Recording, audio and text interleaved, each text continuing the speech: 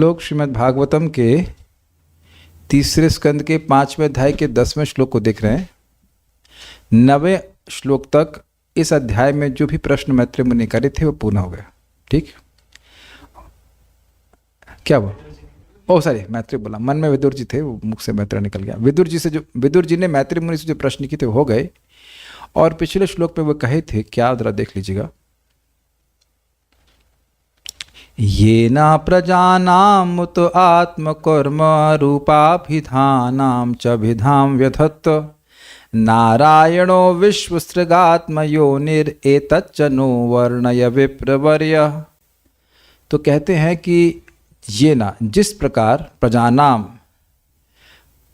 प्रजाओं का, जीवों का, विभिन्न प्रकार के जीवों का, प्राणियों का, उत यह भी कहिए कि जिस प्रकार से प्रजाओं का आत्मकर्म, आत्म अर्थात स्वभाव, उसके अनुसार कर्म, उसके अनुसार रूप यानी आकृति, और उसके अनुसार अभिधा अर्थात नाम, च विधाम व्यधत्ता, उनका भेद विभिन्न प्रकार के भेदों के अनुसार भगवान ने सृष्टि करी है। किसने? नारायण भगवान ने। क्या है वो? तो कहते हैं विश्वसृग, वह विश्व के सृष्टा है। विश्व की सृष्टा तो बहुत से, तो कहते नहीं, आत्मयोनि, वह स्वतः सिद्ध सृष्टा है। एतच्च नह वर्णया, यह सब हमसे वर्णन करिए हे विप्रवर्य। और च मतलब जो नहीं पूछा है वह भी वर्णन करिए। तो मान लीजिए मैत्रेय मुनि कहे यह सब क्या आप मेरे मित्र व्यासदेव से नहीं सुने हैं महाभारत में? क्या आपने सब नहीं सुना? आप तो मंत्री रह चुके हैं ना। तो इस पे वह श्लोक कहते हैं कि हाँ मैंने सुन लिया है। बात, इस बात को समझिए, मैंने इन सब विषयों के बारे में, विभिन्न प्राणियों के क्या धर्म होते हैं, क्या उनके रूप होते हैं, किस किस नाम से जानते हैं, ब्रह्मा, इंद्र, इन सब के बारे में मैं सुना हूँ। और उन सब का प्रयोजन शरद समझाते हैं, इन सब का वर्णन करने के लिए उद्देश्य था कि लोगों की इस तरह की बातों को सुनने में रुचि होती है और उनको इसमें लगाकर धीरे धीरे करके उन्हें कृष्ण कथा भी सुना दी जाए। इसलिए महाभारत की सृष्टि करी गई थी। तो उन्होंने कहा कि यह सारी बातें जो कृष्ण कथा से रहित है वह मुझे संतुष्ट नहीं करती। हाँ मैंने सुना है लेकिन मैं इनसे तृप्त नहीं हुआ। मतलब तृप्त उस अर्थ में कि दे हैव नॉट सेटिस्फाइड मी, मुझे वास्तविक सुख नहीं दिया है। अब आपसे जो पूछ रहा हूं वह कृष्ण कथा से मिक्स्ड होना चाहिए। यद्यपि मैं पूछ रहा हूं विभिन्न प्राणियों के धर्मों के बारे में, विभिन्न प्रकारों के प्राणियों के नाम और रूप के बारे में, लेकिन आप कृपया उनको कृष्ण कथा के संग युक्त करके बताइएगा। वर्णाश्रम के बारे में भी पूछ ही रहे हैं, आप देख ही रहे हैं, लेकिन कृष्ण कथा से रहित मैं नहीं सुनना चाहता। तो कृष्ण कथा कैसे महान सुख देने वाली है यह वर्णन, यह भी इस श्लोक से सूचित हो रहा है। समझ में आ रहा है श्लोक का मतलब? यद्यपि मैं सुन चुका हूं और मुझे खास कोई तृप्ति हुई भी नहीं, बल्कि कुछ भी तृप्ति नहीं हुई, तो इसलिए वस्तुतः इनको नहीं सुनना चाहता हूं। इन पर अवर जीवों के बारे में मैं तो कृष्ण कथा ही सुनना चाहता हूं। फिर भी आप ये बताइए, लेकिन कृष्ण कथा से युक्त होकर ये बताइए। तो ये भेद है। ठीक है, मेरे पीछे बोलिए। परावरेशां भगवन् व्रतानि श्रुतानि मे व्यास मुखादभीक्ष्णम्। परावरेशां भगवन् व्रतानि श्रुतानि मे व्यास मुखादभीक्ष्णम्। अतृप्नुमः शुल्लसुखावहानां तेषामृते कृष्णकथामृगौघात्। अतृप्नुमः शुल्लसुखावहानां तेषामृते कृष्णकथामृतौघात्। एक मिनट।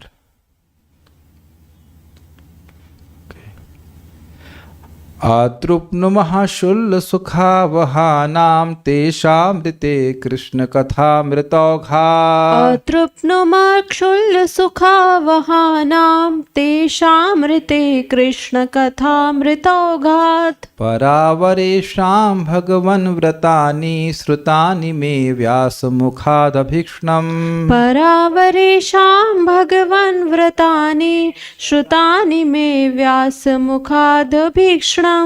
परावरेशां भगवन् व्रतानि श्रुतानि मे व्यासमुखादभीक्ष्णम्। परावरेशां भगवन् व्रतानि श्रुतानि मे व्यासमुखादभीक्ष्णम्। अतृप्नुमः शुल्लसुखावहानां तेषामृते कृष्णकथामृतौ कृष्ण कथामृतौघा अतृप्तमक्षुल्लसुखावहानां तेषामृते कृष्णकथामृतोऽगात्।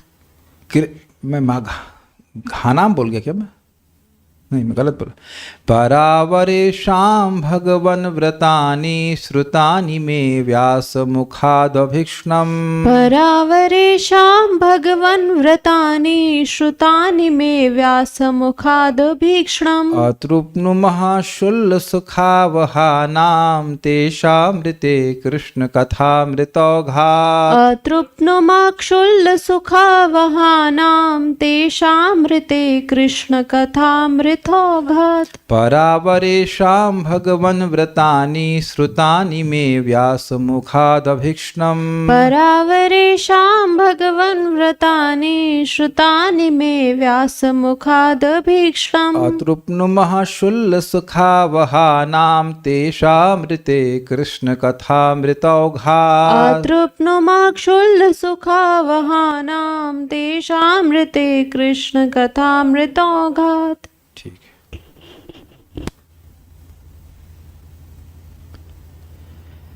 हे प्रभु, कौन प्रभु? मैत्रेय मुनि। हे प्रभु, मैं व्यासदेव के मुख से मानव समाज के इन उच्चतर मतलब ब्राह्मण, क्षत्रिय और वैश्य तथा निम्नतर अर्थात शूद्र पदों के विषय में बारंबार सुन चुका हूँ, और मैं इन कम महत्व वाले विषयों तथा उनके सुखों से पूर्णतया तृप्त हूँ। ये बड़ी सुंदर लैंग्वेज है। पूर्णतया तृप्त हूँ मतलब और नहीं सुनना। समझ में आया आपको? बहुत अच्छी लैंग्वेज है। प्रपात का अनुवाद बहुत ट्रिकी है। पूर्णतया तृप्त मतलब और नहीं चाहिए। हाँ, हे प्रभु, मैं व्यासदेव के मुख से मानव समाज के इन उच्चतर तथा निम्नतर पदों के विषय में बारंबार सुन चुका हूँ। प्रश्न एक देखिए होगा कि वह बारंबार क्यों सुने? क्या पोर्टफोलियो था? पोर्टफोलियो बोलते हैं आचार में, जॉब डिस्क्रिप्शन ऐसे ही बोलते। क्या कार्य था विदुर जी का? विश्व के राजमंत्री, तो पूरे विश्व का मैनेजमेंट इनके पर था, तो उनको पता होना चाहिए कि किसको किस सेवा में नियोजित कराया जाए। Is it not? आचार human resource manager, HR manager भी थे। बहुत सारे लोग क्षत्रिय स्वभाव के हैं, ब्राह्मण स्वभाव के, किसका किस प्रकार से पालन किया जाना चाहिए यह उनको पता था, इसलिए खूब सुने थे। Is that okay? पॉलिटिक्स में सब करना पड़ता है। क्षत्रिय को ये करना चाहिए, वो करना चाहिए। और अगर आप महाभारत पढ़ेंगे तो ये सब बहुत विस्तार से वर्णन भी है। आप देखेंगे कि आपको उस सब में रुचि आएगी ही नहीं। लेकिन अब मंत्री थे और भगवान के भक्त तो बचपन से ही हैं, धर्मराज के अवतार हैं, तो उनको सुख नहीं मिल रहा था, तृप्त। इसलिए कह रहे हैं मैं पूर्णतया तृप्त हूं, मतलब अलम बुद्धि हो गई, अब और नहीं सुनना चाहता। क्योंकि राज्य तो पहले ही त्याग दिया, 36 साल पहले ही राज्य त्याग दिया, तो अब इस सब मैनेजमेंट से हमें क्या मतलब है? तो पूर्णतया तृप्त का मतलब हो गया अलम बुद्धि। अलम मतलब पर्याप्त बुद्धि, अब और नहीं सुनना। ठीक है? ये देखिए, बड़ा शब्द बड़ा महत्वपूर्ण है। ये नहीं कह रहे कि महत्वहीन विषय, कह रहे कम महत्व वाले विषयों। बहुत ध्यान से पढ़ना पड़ेगा प्रभुपाद जी का अनुवाद। कम महत्व का मतलब महत्वहीनता नहीं होता है। महत्व है जो लोग अविद्या से ग्रसित हैं, जो इस भावना से ग्रसित हैं कि मैं ये देह हूं, उनके लिए आवश्यक है वर्णाश्रम के बारे में सुनना, क्योंकि धर्म का पालन करके उनका धीरे धीरे हृदय शुद्ध होता है। लेकिन जिसकी अविद्या निवृत्त हो गई है, अब उसके लिए नियम का पालन करने की कोई जरूरत नहीं। यस्त्वात्मरतिरेव स्याद् आत्मतृप्तश्च मानवा आत्मन्येव च संतुष्टस् तस्य कार्यम न विद्यते। यस्तु आत्मरतिरेव स्याद्, जिसकी आत्मा अर्थात परमात्मा में रति प्रीति है, और विदुर जी ऐसे हैं। यस्तु आत्मरतिरेव स्याद् आत्मतृप्तश्च मानवा, और जो भगवान की भक्ति करके ही तृप्त है। आत्मनि, और इस कारण से आत्मनि एवं जो संतुष्ट, और आत्मा में, परमात्मा में, भगवान में ही वह संतुष्ट, उनकी सेवा में। तस्य कार्यम न विद्य, उसके लिए कोई कार्य वर्णाश्रम करना ही, तो उसके बारे में सुनने की जरूरत ही क्या है? ये बात समझ में आ गई? ये बात समझ में आ गई तो आगे की टीका भी समझ में आएंगी। उसके लिए कोई ड्यूटी नहीं है। तो अब इन कम महत्व वाले विषयों को सुनने की क्या जरूरत है? जैसे कोई व्यक्ति नदी के इस तरफ है, उधर पार जाना है, तब उसके लिए सुनने की जरूरत है कि कौन सी नाव की आवश्यकता हो, लेकिन पार कर गया तब। अच्छा, एक बात अगर ना समझ में आ रही हो, आप लोग ट्रेन में ट्रैवल किया होगा, है ना? तो ट्रेन में ट्रैवल करना होता है, यात्रा करनी होती है, तब आप बहुत विचार करते हैं। अगर उसमें वीडियो ऑन हो तो डिम कर दीजिए इसको, कौन आने दीजिए, कोई दिक्कत नहीं। ऐसे तो डिम है ना,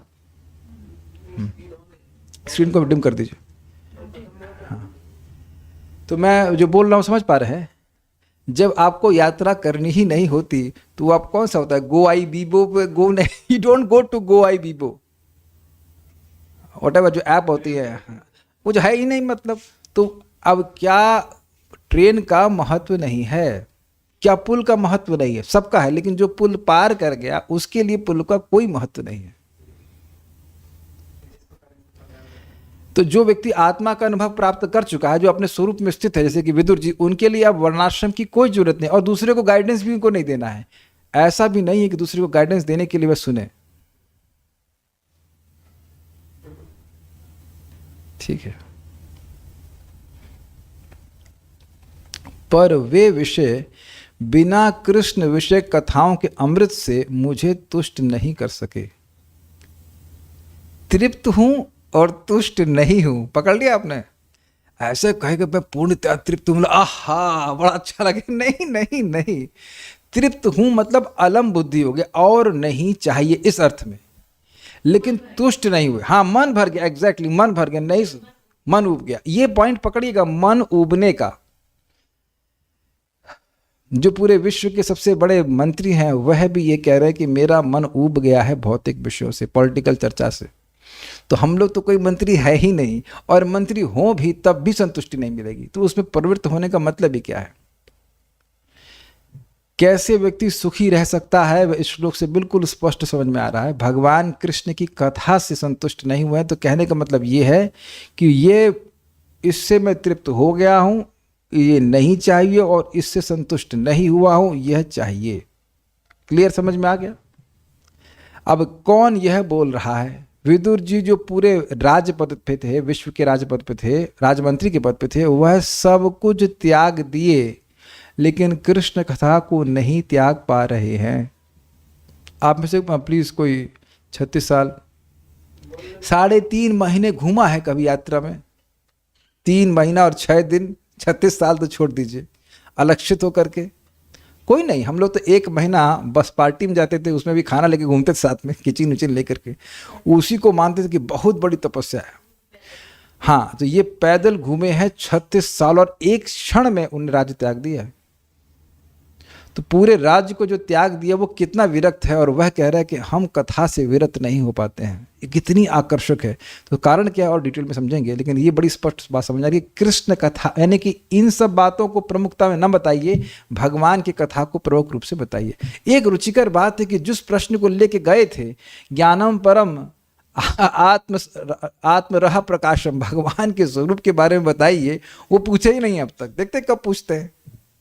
ऐसा लग रहा है कि मैत्री ऐसा लग क्या रहा, ऐसा होगा ही कि मैत्री मुनि को आज्ञा भगवान दिए थे तो अपने से ही बताएंगे वो। अब हमको नहीं पता कि वो पूछेंगे कि नहीं पूछेंगे, लेकिन अभी तक तो नहीं पूछे,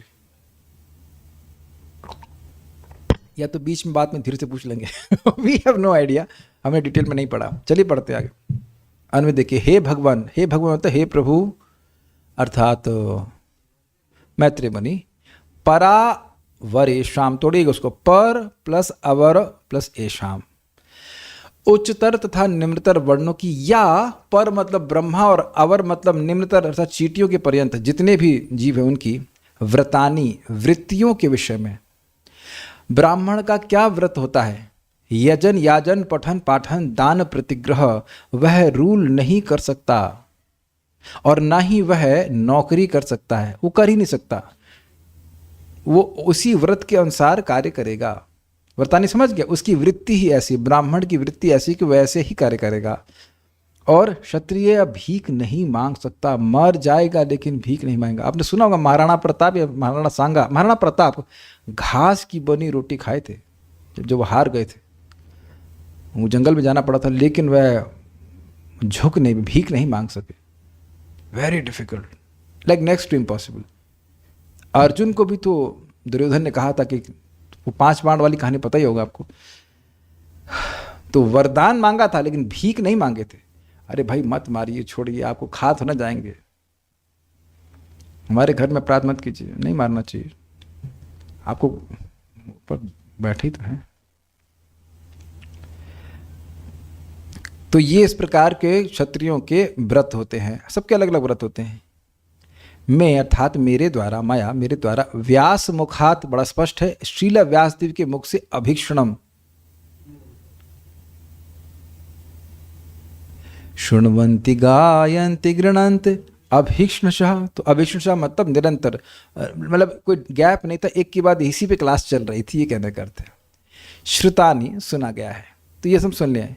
कृष्ण कथामृत औघात, भगवान कृष्ण की कथा के अमृत के ऋते यानी बिना। अब देखिए इस शब्द को थोड़ा समझिए, कथा तो समझ में आ गई, अमृत समझ में आ गया, औघ का क्या मतलब होता है? औघ का मतलब होता है स्ट्रीम। स्ट्रीम समझते हैं, जैसे गंगा जी की धारा होती है ना, उसको औघ कहा जाता है। कथा अमृत औघ, कथा अमृत का जो स्ट्रीम है, जो प्रवाह है, जो नदी है, उसके बिना मैं तृप्त नहीं हूँ, उसके बिना वो सब चीज़ में तृप्त नहीं करेंगे मुझे। ये सब बातें बताई गई, लेकिन वहां पे कृष्ण कथा का वर्णन नहीं किया गया। नहीं समझना ये बात, ये शब्द समझिएगा, कृत कथा अमृत औघ। औघ मतलब प्रवाह, यस एग्जैक्टली वर्ड, प्रवाह। मतलब ऐसा नहीं कि 1 बूंद 2 बूंद, या स्प्रे कहाँ है, स्प्रे प्लस, हाँ ये दीजिए, प्रॉप से समझ आता है लोगों को जल्दी। इसको आप प्रवाह नहीं कहते, देख पा रहे हैं सब लोग, भक्त लोग, यू कॉल इट स्प्रे। तो ये कथा ऐसी नहीं है, ऐसा कुछ हल्की हल्की बूंदों से मैं संतुष्ट नहीं हो सकता, पूरा प्रवाह होना चाहिए, प्रवाह होना चाहिए। तो कृष्ण कथा का प्रवाह है नहीं, समझ आया आपको? तो उसमें कृष्ण कथा का प्रवाह नहीं है। प्रवाह का क्या मतलब होता है? Very good, very good, you get another bonus points. Kalyan Prabhu, करेला फिर से फ्राई, करेला फ्राई आपके लिए निश्चित है। कथा प्रवाह का मतलब है निरंतर, यानी कि मैंने ये इन लोगों के व्रतों के बारे में तो निरंतर सुना, लेकिन कथा का निरंतर फ्लो नहीं हुआ, समझ आ रहा है? तो और थोड़ा थोड़ा बूंद बूंद हल्का सा मिल रहा था, ज़्यादा नहीं मिला। जैसे कि महाभारत में 1 लाख श्लोक हैं, गीता के श्लोक कितने हैं? 700। तो 700 डिवाइड बाय 1 लाख, अपना परसेंटेज निकालिएगा कितना होता है। मतलब 1000 को डिवाइड करेंगे तो 1 लाख से 10% 1% होगा ना, 1%, तो 1% से भी कम मिला, तो प्रवाह तो नहीं हुआ ना ये। तो कह रहे कृष्ण कृथामृत अवघात ऋते, उसके बिना शुल्ल सुखावहानाम, शुल्ल मतलब तुच्छ, सुख मतलब सुख, और अवाह नाम मतलब लाने वाला, तो अल्प सुख लाने वाले तेषाम अतृप्नुमः, उन प्रसंगों से मैं तृप्त नहीं हुआ। मतलब जो प्रसंग बताए गए थे निरंतर, इंटरेस्टिंग है, भगवान के अवतार व्यासदेव जी के द्वारा बताए गए और निरंतर बताए गए, और धर्म का ही वर्णन किया गया कि स्त्री का ये धर्म है, उसका वो धर्म है, ये सब है, लेकिन फिर भी तृप्त नहीं करने वाले थे, क्योंकि वह शुल्ल सुख वाले थे। जरा विचार कीजिए, बहुत अच्छी बातें बताई गई थी। देखो स्त्री का ये धर्म है, तो जब अब व्यासदेव जी बार बार बोलेंगे और श्रेष्ठ लोग बार बार बोलेंगे, तो स्त्री क्या करेगी? स्त्री का धर्म का पालन करेगी, करना भी चाहिए। पुरुष का ये धर्म है, पति का ये धर्म है, ब्राह्मण का ये धर्म है, तो जब बार बार भगवान के अवतार ही बोलेंगे, तो आप उसकी मति उसमें जाएगी कि नहीं जाएगी? और व्यक्ति शायद इसमें यह भूल जाएगा कि भगवान का नाम जप करना सबसे महत्वपूर्ण धर्म है, कृष्ण कथा वर्णन श्रवण करना ये सबसे महत्वपूर्ण धर्म। धर्म मतलब duty, everyone has a sense of duty, do you agree? जैसे कुछ मुसलमानों का माफ कीजिएगा, मुसलमान की बात नहीं कर रहा हूँ, आतंकवादियों का, आतंकवादी हर प्रकार के लोग हो सकते हैं, हिंदू भी हो सकते हैं, मुसलमान भी हो सकते हैं, वो पर नहीं। तो जो आतंकवादी, उनका बड़ा धर्म है कि भाई ये आज कितने लोगों को मारे यार, दो ही मार पाया यार, 2 ही मार। अरे यार तुम तो धर्म नहीं कर रहे हो, तुम्हारी तो गई मतलब तुम्हारी अप्सराएं गई, नहीं मिल रही, तुम्हें हूरें मिल रही थी, वो गायब हो गए, नहीं मिलेंगी तुमको। तो इस तरह का लोग अपने मन में धारणा कर लेते हैं, लेकिन विचार करें कि उस धर्म का पालन करने से कितना सुख प्राप्त हुआ है। तो उत्तर है शुल्ल सुख। इस जगत में व्यक्ति बहुत ज़्यादा भी धर्म का पालन करे, वर्णाश्रम के धर्मों का पालन करे, तो उसे मिलेगा क्या अगर भगवान की भक्ति कर रहा है। और इसको महाप्रभु ने बड़े अच्छे शब्दों में, बहुत सुंदर शब्दों में कहा है, चारि वर्णाश्रमी यदि कृष्ण नाही भजे, स्वकर्म करिते से रौरव पौड़ी मजे। 4 प्रकार के वर्णाश्रमों के नियमों को बहुत अच्छे से पालन कर रहा है, लेकिन कृष्ण का भजन नहीं कर रहा है, तो उन धर्मों का पालन करते हुए भी व्यक्ति नरक में गिरेगा। और देखिए, बात शास्त्र की नहीं केवल वो है, आप अपने जीवन में देख लो ना, जिन जिन कर्तव्यों को बड़ी ही मनोयोग से हमने पालन किया भी, उससे सुख कितना मिला। पूरा समर्पित होकर भी अगर आप करें तब भी कोई सुख नहीं मिलता है। ये बिल्कुल मतलब दृष्ट है, ऐसा नहीं कि आप उसमें हम में से कोई इसको काट सकता है। लेकिन भगवान की भक्ति को अगर आप थोड़ा सा भी प्रयास करते हैं तो देखिए कितनी सुखमय लगती है। और एक है, उसका स्वरूप ही सुखमय है, तो मिलेगा ही सुख व्यक्ति को। तो इसलिए इसमें बहुत बड़ी शिक्षा प्राप्त हो रही है कि केवल अपने धर्मों में नहीं लगे रहना चाहिए। उन धर्मों का उद्देश्य है कि भगवान संतुष्ट हों, और भगवान संतुष्ट कैसे होते हैं? श्रवण, कीर्तन, स्मरण और पूजन के द्वारा। तो वह धर्मों का प्रयोजन उसके निमित्त होना चाहिए, नहीं तो हम संतुष्ट नहीं हो पाएंगे। बहुत बड़ा श्लोक, बहुत बड़ा शिक्षा प्राप्त हो रही है। Is by Krishna katha that we become happy. Krishna कथा के द्वारा हम संतुष्ट हो सकते, नहीं तो संतुष्ट हो ही नहीं सकते। फिर मैं बात रिपीट करूंगा, गृहस्थी में भी सुख भक्ति का ही है। भी का मतलब गृहस्थी में सुख गृहस्थी का नहीं है, गृहस्थी में भी सुख भक्ति का ही है। भक्ति के द्वारा ही जीवात्मा सुखी हो सकता है, चाहे किसी भी आश्रम में हो। परावरेशम भगवन बतानी, पर यानी कि ब्राह्मण आदि, और अवर यानी कि निम्नतर जातियों के, एशाम इन सभी के भगवान व्रतानी। हे प्रभु मैत्रेय जी, मैंने इन सभी के वृत्तियों को श्रुतानी सुना है। मैं मतलब मेरे द्वारा सुना गया। कहाँ से सुना आपने? व्यास मुखाद अभीष्णम, व्यास देव के मुख से बारंबार सुना है। अतृप्त महा, लेकिन मैं तृप्त नहीं हुआ हूँ। क्यों? शुल्ल सुखावहानाम, क्योंकि बहुत ही तुच्छ सुख देने वाले हैं। मान लो भूखा, मान लो बहुत प्यासा हो, और व्यक्ति को प्यासे को ऐसे करके लो, मुँह खोलो, ऐसे करके पानी का बूंदे कुछ गिरा दे तो वो तृप्त नहीं होगा ना, है ना। स्पेशली रेगिस्तान में कोई व्यक्ति हो तो। तेषाम ऋते, उन विषयों से जो ऋते बिना है, रहित हैं। किससे?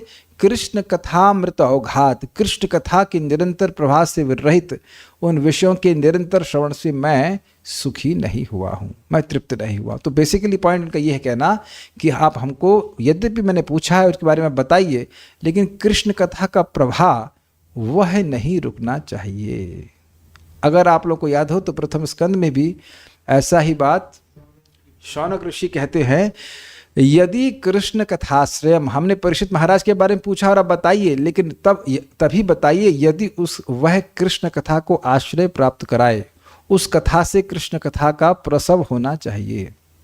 श्रीधरी, यदि कोई कहे कि महाभारत, इससे मैंने जो शिक्षा ग्रहण करी और हम सब लोग करनी चाहिए कि अगर हम वास्तविक रूप से किसी को सुख देना चाहते हैं बोलने के द्वारा, तो भगवान की बात बोलनी चाहिए।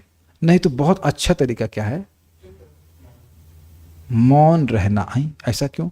क्योंकि यदि भगवत संबंधी बात नहीं करेंगे तो उसके 3 रिएक्शन होते हैं। क्या रिएक्शन है? शोक होगा, या तो मोह होगा, या भय होगा। तो यानी कि हम देने चले सुख और मिला दुख। ये बहुत गंभीर शिक्षा है। और कोई दूसरा व्यक्ति अगर आपको बोलने जा रहा है भौतिक वार्ता, तो वह 3 चीज पर होगा, 3 में से एक, या तो शोक देगा, या मोह देगा, या भय देगा। अरे भैया, आगे की भी तो कुछ सोचो।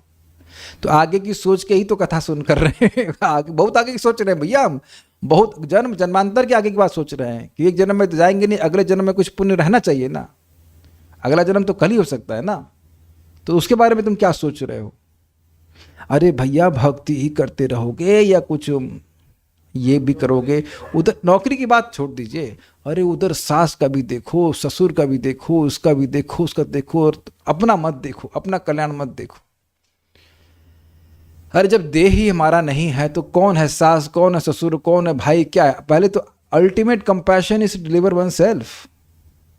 इसका मतलब ये नहीं कि हम अपने दायित्व ना निभाएं, लेकिन दायित्व निभाने के चक्कर में जो मुख्य बात है वह तो छूटी जाएगी ना।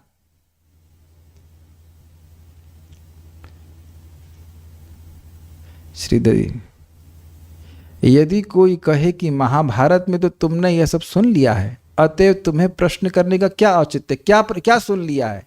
ये जो वर्णाश्रम के बारे में तो खूब सुना है ना आपने। भाई ये बताइए, यहां विदुर जी संतुष्ट नहीं है, और प्रथम स्कंद में हम सुनते हैं व्यासदेव संतुष्ट नहीं है।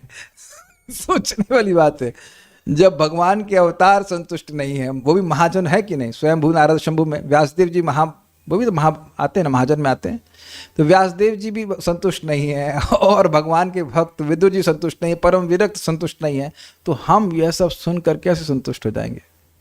संतुष्ट इसीलिए कह रहे हैं किम वा पराय ईश्वर, केवल श्रीमद् भागवतम का श्रवण करना चाहिए, उससे व्यक्ति पूर्णतः संतुष्ट होगा। इसमें कृष्ण कथा का प्रवाह है, प्रवाह निरंतर कृष्ण कथा है। जरा बताइए कौन सा प्रसंग अब तक आप सुने जिसमें कृष्ण कथा ना हो? प्रसंग की बात कर रहा हूं। अगर कोई 1.1.1 की टीका को या जो भी लेक्चर्स उसको सुन रहा है तो प्रवाह नहीं रुक रहा है। हो सकता है कि वैसे मैं बोल रहा हूं, मेरे अनर्थों की वजह से कोई बात लौकिक आ गई हो, ऐसा हो सकता है, मैं मानता हूं, लेकिन वस्तुतः अगर प्रसंग देखेंगे तो 1.1.1 से लेकर आज 3, 5, 10 तक केवल कथा कृष्ण की ही चल रही है। नदी से बाहर निकलने का मन ही नहीं करेगा। जैसे अगर आप लोग कभी गंगा जी में स्नान किए हों, स्पेशली हरिद्वार में, तो हाँ गर्मियों में आपको लगता है कि वो अंदर ही बैठे रहो, बाहर निकलने का मन ही नहीं करता है ना? इसी प्रकार से उदाहरण दिया गया है कि जैसे हाथी जंगल में, हाथियों का समूह, और वह दावाग्नि से जल रहा हो तो उसको कितनी शीतलता मिलेगी कृष्ण कथा गंगा जी में स्नान करके। ऐसे तो चलो कोई दिक्कत नहीं, अगर जल रहा है, दावाग्नि में जल रहा है, वह व्यक्ति अगर गंगा जी में अवगाहन करे, स्नान करे, तो उसे कितना अच्छा लगेगा। काफी इंटरेस्टिंग है ना। हाँ। तो कहे, यदि कोई कहे कि महाभारत में तो तुमने ये सब सुन लिया है, अतएव तुम्हें प्रश्न करने का क्या औचित्य है, क्या जरूरत है? तो इसका उत्तर है परावरेशम इत्यादि श्लोक, यानी यह श्लोक, मैंने परे अर्थात त्रय वर्णिकों अर्थात ब्राह्मण, क्षत्रिय और वैश्य तथा अवरे निम्न अर्थात शूद्रों आदि के व्रतानि अर्थात धर्मों को महर्षि व्यास के मुख से बार बार सुना है। अतएव उन सबों को सुनकर मैं तृप्त हो चुका हूं, क्योंकि वह तुच्छ सुख प्रदान करते हैं। इसको थोड़ा समझने का प्रयास कीजिएगा, पहले पढ़ता हूं फिर। किंतु भगवान श्री कृष्ण की कथा रूपी अमृत को सुनने से मेरी तृप्ति नहीं हुई है। मतलब उसको सुनाइए। आप जब भोजन करने बैठते हैं, बहुत सारी कुछ होते हैं खाने के विषय, कुछ एक कोई खास टेस्ट नहीं होता, एक बार आप उसको खा लिए और लेकिन ना अलग, लेकिन कुछ अच्छा वस्तु होता है तो उसको बार बार व्यक्ति ग्रहण करना चाहता है। तो दोनों चीज़ भक्षणीय हैं, मतलब खाने योग्य है, लेकिन दोनों के स्वाद में भेद से व्यक्ति की तृप्ति और अतृप्ति होती है, अलम बुद्धि या ना अलम बुद्धि होती है। स्पष्ट समझ आ गया? सारा दर्शनी। किंतु आपने तो इस सब के विषय में महाभारत में ही श्रवण किया है। यदि यह प्रश्न हो तो यह श्लोक उत्तर देता है। अब यहाँ थोड़ा अर्थ और बढ़ाकर दे रहे हैं। मैंने देवताओं आदि पर मतलब देवताओं के बारे में, ब्रह्मा जी के बारे में भी सुना है। अब आप कहेंगे देवताओं के बारे में सुनने की क्या जरूरत है? देखिए, कुछ लोग देवता बनना चाहेंगे देवता के बारे में सुन करके, और उसके अनुसार वह पुण्य करना चाहेंगे। स्वर्ग के बारे में सुन करके व्यक्ति कर्मकांड में नियोजित होता है। भगवान गीता में कहते हैं स्वर्ग लोकम विशालम, वहाँ पे भोग मिलता है, विशाल भोग मिलता है। तो उन विशाल भोगों को सुन करके व्यक्ति स्वर्ग जाने के लिए प्रेरित होता है, उस तरह के धर्म करेगा, उसकी ऐसी इच्छाएं हो जाएंगी। या जनलोक तपलोक के बारे में सुनेगा तो वहाँ की सुनने की इच्छा हो जाएंगी। तो कह रहे हैं देवताओं आदि पर अर्थात उच्च प्राणियों तथा पशु आदि अवर अर्थात निम्न प्राणियों की व्रतानि अर्थात प्रकृति के विषय में सुना है। तो अब देखिए उन्हें अर्थ अलग लिया है। देवता ऐसे होते हैं जैसे जनलोक तपलोक के लोग कब तक जिंदा रहते हैं? ब्रह्मा जी की परम आयु तक जिंदा रहते हैं। तो अगर इनकी प्रकृति के बारे में कहा जाए तो देखते हैं वो लोग विरक्त रहते हैं और बहुत लंबा जीते हैं। तो मान लीजिए किसी की इच्छा हो, अरे भाई ये तो बहुत बढ़िया है, तो अच्छा बताइए कि मैं जनलोक तपलोक कैसे जा सकता हूँ? जब वो यहाँ सुनेगा उनकी प्रकृति के बारे में, तब वह वैसे कर्म करने के लिए प्रेरित होगा। हम लोग भी तो गोलोक वृंदावन में या वैकुंठ के भक्तों के बारे में सुनते हैं, तब उस दृष्टि से देखा जाए पर वही हो गए उनके, तो उनके बारे में सुन करके यहाँ हम लोग भक्ति कर रहे हैं कि नहीं, कि भगवान की भक्ति करेंगे तो हमको भी वैकुंठ का धाम प्राप्त होगा या गोलोक की प्राप्ति होगी। अग्रीड। तो इसलिए वो कह रहे हैं कि हम सुन चुके हैं, लेकिन मैं उनसे अतृप्त महा अर्थात तृप्त हो गया हूँ। तृप्त हो गया हूँ मतलब अलम बुद्धि हो गई है। इसका प्रयोग ना अग्निस तृप्यति काष्ठानाम की भांति है, अर्थात अग्नि, स्पेलिंग मिस्टेक है, काष्ठों से संतुष्ट नहीं होती। काष्ठों का मतलब होगा लकड़ी से संतुष्ट नहीं होती है। तो यहाँ पे कृष्ण कथा की बात बोल रहे, कृष्ण कथा से भक्त कभी संतुष्ट नहीं होता है, जो वास्तविक भक्त है। यह दर्शाता है कि वे वास्तव में उनसे संतुष्ट नहीं थे, प्रत्युत वे कृष्ण कथामृतौघात अर्थात कृष्ण की लीलाओं के प्रचुर अमृत से रहित तुच्छ सुख देते हैं। ये जितनी बातें हैं वो भगवान की कथा से रहित है तो बहुत हल्का सुख देती हैं। और आप यह अपने जीवन में देख सकते हैं कि यदि कोई व्यक्ति कोई बात सुनना चाहता है भौतिक, तो उसके मन में कुछ सुख प्राप्ति की इच्छा होती है। अब आप लोग शायद समझ नहीं पा रहे होंगे, पढ़ते नहीं होंगे ना कभी कुछ ऐसा, मतलब अच्छा ठीक है, कैसे समझाऊँ आप लोगों को, नहीं पढ़े ना कुछ भौतिक वार्ता तो आप लोग कर ही नहीं रहे होंगे, तो कैसे तो अब कुछ भक्त लोग हमसे कह रहे हैं प्रभु जी पढ़ने में मन नहीं लग रहा है। तो इसका नहीं लग रहा है का मतलब क्या है? पहले लग रहा था लेकिन अब कथा सुन ली तो अब नहीं लग रहा है। हम अपनी बात कर रहे हैं, उनको पहले फिजिक्स की प्रॉब्लम सॉल्व कर, पहले का मतलब 2002 की बात कर रहा हूँ मैं, नॉट नाउ 2002 में मेरे को फिजिक्स की प्रॉब्लम सॉल्व करने में बड़ा अच्छा लगता था, स्पेशली मैकेनिक्स की। और देखो ये कितने अप्रिशिएट करे, वाह वेरी नाइस, आपका भी लग रहा शौक था। अच्छा आप फेल हो चुके थे, ठीक है। तो हम उससे पंडित थे, पंडित तो नहीं थे लेकिन कुछ थे, मतलब थोड़ा बहुत। तो मैकेनिक्स और मैथमेटिक्स में वो सब ट्रिग्नोमेट्री वगैरह बड़ा अच्छा लगता था, सॉल्व कर लिया। अब उनका सपना भी नहीं आता, ऐसा बहुत सारे सपने आते हैं, बहुत खराब सपने भी आते हैं। ये सपना कभी नहीं आता ट्रिग्नोमेट्री, अब बोल रहा हूँ तो आ जाए, लेकिन ट्रिग्नोमेट्री की प्रॉब्लम सॉल्व कर रहा हूँ कभी नहीं आता, कुछ नहीं कभी नहीं। तो यह देखा जा रहा है कि वो सब में कृष्ण कथा तो है नहीं कुछ, तो अब नहीं मिलता है तो कुछ सुख ढूंढने के लिए व्यक्ति मानसिक स्तर पे, बुद्धि के स्तर पे कुछ करना चाहता है, काव्य सुनना चाहता है। लेकिन भगवान की कथा का अमृत की औघ, औघ मतलब प्रचुरता, वही प्रभा के अर्थ में, उसमें खूब कथा में अमृत होता है तो व्यक्ति को उससे संतुष्टि मिलती है, इससे संतुष्टि नहीं मिलती, सुख बहुत कम मिलता है। आप लोगों ने कभी अनुभव किया हो, अगर आप स्पेशली भोजन बनाने वाले हैं या नहीं भी बनाने वाले हैं, आपको बताया गया कि आज फीस्ट होगा या घर में आज बड़ा पकवान बनेगा, और बड़ी आशा से आप गए कि आज तो मेरी इंद्रियां संतुष्ट हो जाएंगी, लेकिन उसमें किसी में नमक कम, कोई पकौड़ा जल गया, कुछ ये हो गया, तो अरे यार, तो आप मुंह बना के ही उसमें आते हैं। सब रियलाइज्ड बातें बोल रहे हैं, ऐसा हो जाता है। तो व्यक्ति बहुत दुखी अनुभव करता है, बहुत दुख अनुभव करता है, क्या यार समय खराब हो गया। तो उसी तरह से व्यक्ति जगत में भौतिक वार्ता लेकर के चर्चा करता है, लेकिन उसे सुख बहुत कम मिलता है, और वह भी निकृष्ट। ध्यान दीजिएगा, मात्रा की दृष्टि से और क्या बोलेंगे, गुणवत्ता की दृष्टि से, दोनों ही तरह से तुच्छ होता है, क्योंकि वह गुणों के द्वारा प्रकट सुख है और मात्रा भी बहुत थोड़ी थोड़ी सी है, इसलिए व्यक्ति असंतुष्ट ही रहता है। आप लोगों को अनुभव होगा, बैठे तो नहीं होंगे, लेकिन कभी कभी आप रास्ते में जा रहे होते हैं, पॉलिटिकल मंच बने होते हैं और उसमें वो लोग जोर जोर से बोल रहे होते हैं, और जरा सा भी वो कान में पड़ जाता है तो लगता है क्या बेवकूफ आदमी है। श्रील प्रभुपाद जी आज बहुत सुंदर बात कह रहे थे, मैं सुन रहा था, अद्भुत बात कह रहे थे कि 5000 साल पहले जब मीटिंग होती थी, साधुओं की मीटिंग होती थी, शौनकादि ऋषि हैं, क्योंकि राजाओं को मीटिंग करने की जरूरत नहीं है, क्योंकि पॉलिटिकल पार्टियां नहीं होती थी। राजा ने बोल दिया, उनके मंत्री थे वो बता दिए ऐसा कार्य होना, कर लिया, बैठ के चिंता कर रहे हैं कि देश को कहाँ लेके जाना है ये सब चर्चा नहीं होती थी। क्यों नहीं होती थी? उनके पास पहले से पता है कि कैसे कार्य करना है, मंत्री से बात कर लिया, बात खत्म। यहाँ 100 एक दूसरे को जूते से मारने वाले लीडर्स क्या दूसरों को ज्ञान दे पाएंगे? हम कटाक्ष ही कर रहे हैं। कुछ साल पहले घटना हुई थी, भी काफ़ी साल पहले, लेकिन हुआ था ना कुछ, पार्लियामेंट में जूते होते चले थे, यहाँ से अभी भी चलते हैं, नहीं चलता है, नो आइडिया। तो ऐसा राजा को जरूरत नहीं होती करने के लिए। तो ये जो और यहाँ भी मीटिंग का प्रश्न क्या है, इस मीटिंग का, भागवत की मीटिंग का प्रश्न ये है कि लोगों को सुख कैसे मिले, किन लोगों को मंद सुमंद मतयो मंद भाग्य ही उपद्रता, ऐसे कलयुग के लोग जो मंद सुमंद है उनको भी परम सुख कैसे मिले, यह विचार शौनक ऋषि आदि कर रहे हैं सूत गोस्वामी के संग, और सटीक उत्तर भी दिए जा रहा है। तो बात बड़ा स्पष्ट है, वासुदेव कथा प्रश्न, भगवान वासुदेव के संबंध में जो कथा होती है, वो प्रश्न होती है, वही लोगों को तृप्त करने वाली, नहीं तो तृप्त नहीं कर सकता। इसलिए एक सीधी बात आप समझ लें, ये कारण क्या है, हम सभी लोग आत्मा हैं, पॉइंट नंबर 1, और हम सभी लोग भगवान के प्रेमी हैं, प्रेम बस ढका हुआ है। तो क्योंकि भगवान के प्रेमी हैं, इसलिए हमें भगवान की बात ही अच्छी लगेगी, जिससे प्रेम होता है उसी की बात अच्छी लगती है।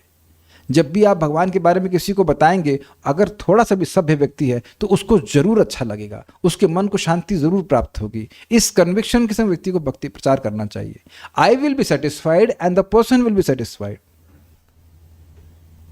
और अगर भगवान की बात छोड़कर दुनिया की बात करेंगे, इवन कथा में, तो ये बहुत बड़ा अमंगल करने वाला है। परम पूज्य राधा गोविंद महाराज से संबंधित बहुत सुंदर बात कहते हैं, कथा में भी अगर लौकिक बात आने लगती है तो वह अमंगल ही कार्य होती है। कभी कभी लौकिक बात इसलिए की जाती है कि कथा के विषय को समझाने के लिए, प्रभुपाद भी एग्जाम्पल देते हैं, लेकिन उसी बात को बढ़ा करके बढ़ाते चले जाना और कथा का जो मैटर है वो कम हो जाए, तो वह चीज़ ठीक नहीं है। ठीक है, यह इंगित करता है कि मैंने जो कुछ भी प्रश्न किए हैं उनके विषय में आपको कृष्ण की लीलाओं के माधुर्य के संबंध में वर्णन करना चाहिए। ये समझ में आ गया सबको? यद्यपि मैंने वर्णाश्रम के धर्मों के बारे में पूछा है, लेकिन कृष्ण कथा से रहित होकर के नहीं पूछा है। आप उसके संबंध में बताइए। जैसे देखिए, प्रभुपाद पहले बता चुके हैं, प्रथम स्कंद में, दूसरे स्कंद में कहीं बताए तात्पर्य में, कि ब्राह्मणों को भगवान कृष्ण की वार्ता करनी चाहिए। ब्राह्मण मतलब जाति की बात नहीं बोल रहा हूँ, जिसको भी कथा समझ में आती वह बोले। क्षत्रियों को रक्षा देनी चाहिए, वैश्यों को अगर धन की आवश्यकता हो तो उस कथा के लिए प्रयोजन करना चाहिए, शूद्रों को हाथ पैर से सेवा करना चाहिए, कथा तो सबको सुननी चाहिए। Is it okay? तो अब ये वर्णाश्रम का सिस्टम भगवान की कथा के पीछे हो गया कि नहीं हो गया? स्थाने स्थितः श्रुतिगताम तन्वांग मनो भी, अपने स्थान में स्थित होकर भगवान कृष्ण की कथा को सुने, चाहे वो शूद्र हो, चाहे ब्राह्मण हो, चाहे क्षत्रिय हो, चाहे कुछ भी हो। श्रील प्रभुपाद समझाते हैं कि उड़ीसा में और बंगाल में भी पहले भागवत टुंगी हुआ करती थी, जिसमें ब्राह्मण आकर के भगवान के बारे में शाम को कथा कहते और लोग सुनते। तो जो लोग बिल्कुल अनपढ़ होते वह भी भगवान की बात को सुन लेते। समझ आ गया ना बात? तो इस प्रकार से सारे वर्ण आश्रम का व्यवस्था भगवान की कथा के पीछे होना चाहिए। तात्पर्य, चूंकि लोग सामाजिक तथा ऐतिहासिक प्रस्तुतियों को सुनने में अत्यधिक रुचि लेते हैं, अतएव श्रील व्यासदेव ने पुराण तथा महाभारत जैसे अनेक ग्रंथों की रचना की है। ये ग्रंथ सामान्य जनों के लिए पठनीय सामग्री हैं और इनकी रचना उनमें उस ईश चेतना को जागृत करने के लिए की गई थी जिसे लोग भौतिक जगत के बद्ध जीवन में अब भूल चुके हैं। ऐसे ग्रंथों का असली प्रयोजन उतना ऐतिहासिक संदर्भों की कथाएं प्रस्तुत करना नहीं है जितना कि लोगों में ईश भावनामृत को जागृत करना है।